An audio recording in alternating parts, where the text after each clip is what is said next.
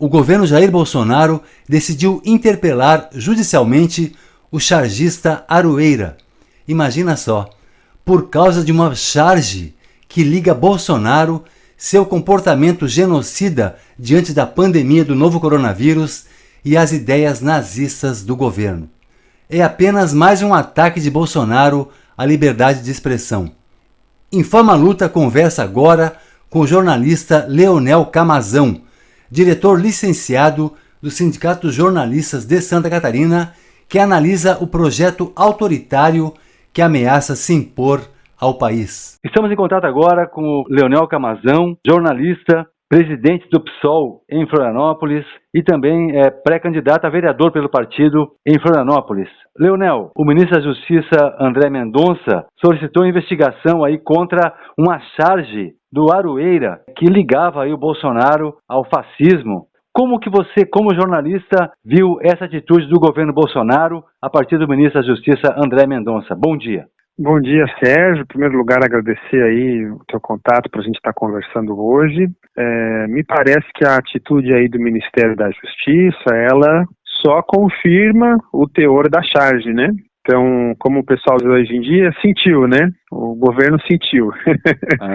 Eu avalio que, enfim, as charges, elas são formas de você fazer uma crítica de forma bem-humorada, né? E a gente tem uma história longa aí no Brasil de diversos chargistas, cartunistas que se destacaram, né? E o Aroeira, com certeza, é um deles, e essa medida, ela tem um caráter claríssimo de censura, né? Infelizmente, não é a única, né? Não é um caso isolado. A gente vem assistindo aí nos últimos anos no Brasil diversos episódios de censura, né? Seja a charge, seja exposições, seja como tivemos lá na Flip, como uma revista em quadrinhos, uma exposição no Rio Grande do Sul.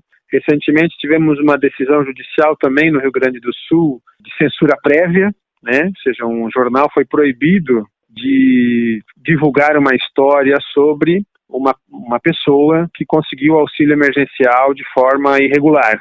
E a pessoa judicialmente garantiu que não se publicasse nada no jornal. Então, quer dizer, a censura prévia ela não existe no Brasil, né? Na Constituição ela é proibida, inclusive. Então, tudo isso que a gente está vivendo tem tudo a ver também com esse governo, que é um governo autoritário, que tem um projeto autoritário, e a censura, ela infelizmente tem voltado a acontecer no Brasil, mas nós, todos, jornalistas e não jornalistas, estamos aí lutando para dar fim a esse projeto autoritário no Brasil, né? E aí o Aroeira recebeu diversos outros chargistas do país, fizeram uma charge similar à que ele fez, né? Em solidariedade, dizendo, não, vocês vão processar ele, vai ter que processar a gente também. Então, um gesto muito bonito aí dos companheiros aí da categoria, né?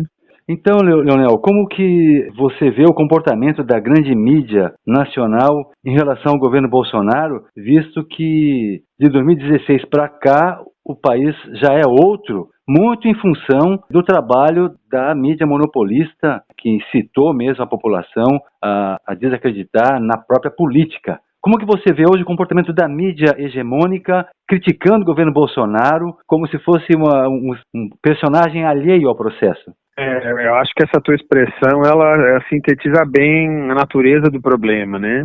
Boa parte da mídia tradicional, da mídia corporativa, da mídia empresarial, ela foi sócia desse projeto, né?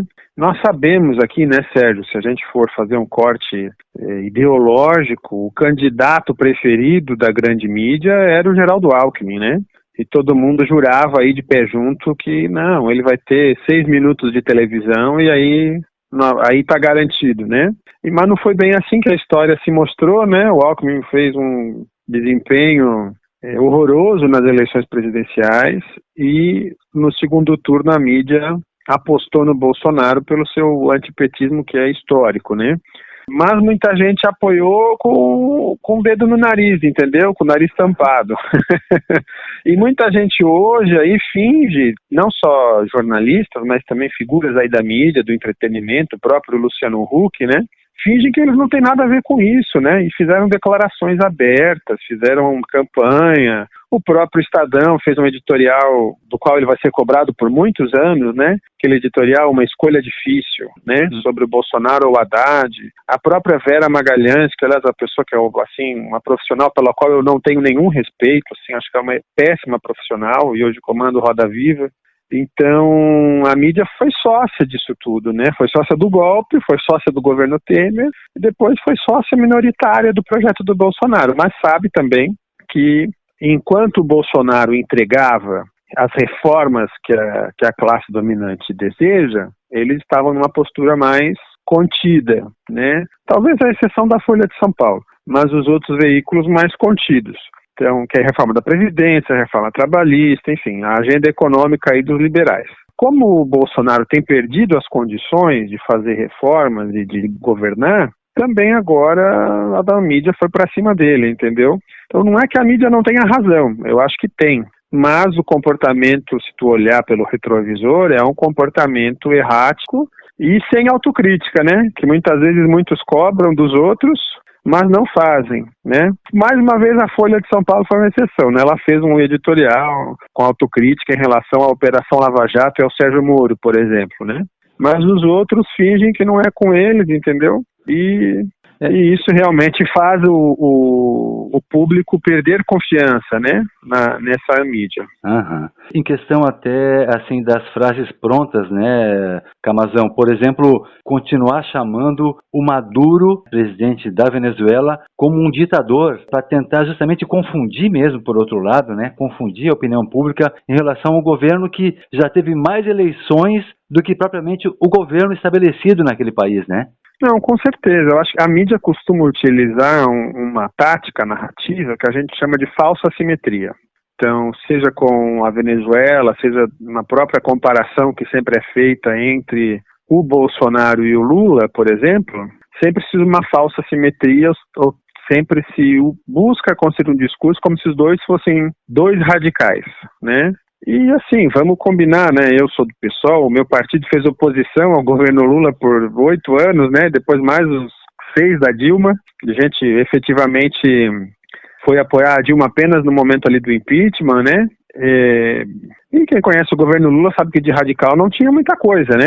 Pelo contrário, foi um governo que buscou acomodar todos os setores da sociedade e conseguiu fazer isso bem até por um tempo, mas se esgotou, né? Que foi esse período que a gente viveu aí de crescimento econômico, expansão das universidades, cotas nas universidades, distribuição de renda, enfim, a ascensão social dos mais pobres, o pessoal poder comprar uma casa, poder comprar um carro, etc. Teve um resultado que não pode ser ignorado. Agora, dizer que o Lula é um radical, falta.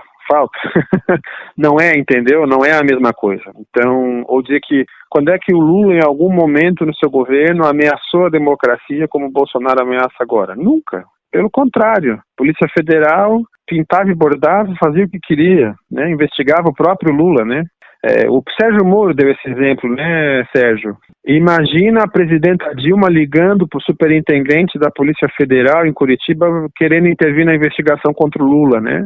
O PT não fez isso, mas o Bolsonaro fez, né? E o Moro perdeu o cargo, inclusive, por conta disso, né? Das investigações lá contra a milícia e contra a família Bolsonaro no Rio de Janeiro. Então, a mídia utiliza muito esse recurso, porque, na verdade, eles querem emplacar novamente alguém do PSDB ou semelhante, né? Então, o próprio PSDB continua tendo um espaço na mídia que hoje já é desproporcional ao seu tamanho, né? Porque encolheu bastante, né? Na última eleição. Então, faz parte do jogo, né? A mídia tem os seus favoritos.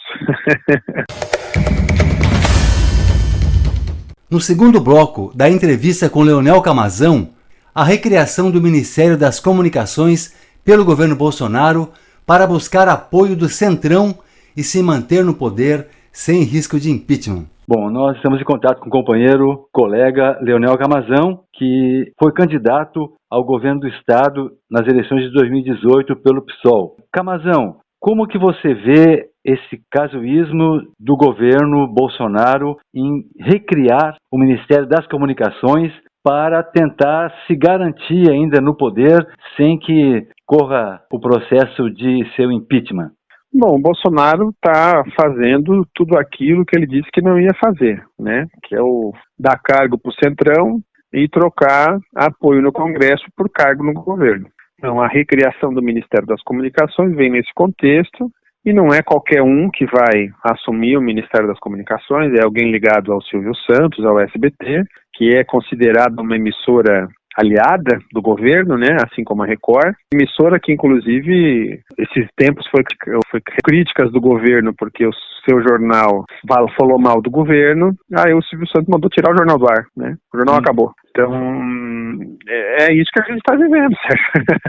O negócio é grave mesmo, né, então eu entendo que o país precisa ter um Ministério das Comunicações, não deveria ter sido extinto, em primeiro lugar, mas da forma que ele foi recriado para atender os interesses do Centrão, que é o que está acontecendo agora, né? Então, a tendência é que o Bolsonaro dê cada vez mais cargos aí para esse grupo dentro do Congresso Nacional para se segurar na cadeira e não sofrer o processo de impeachment via Congresso, né?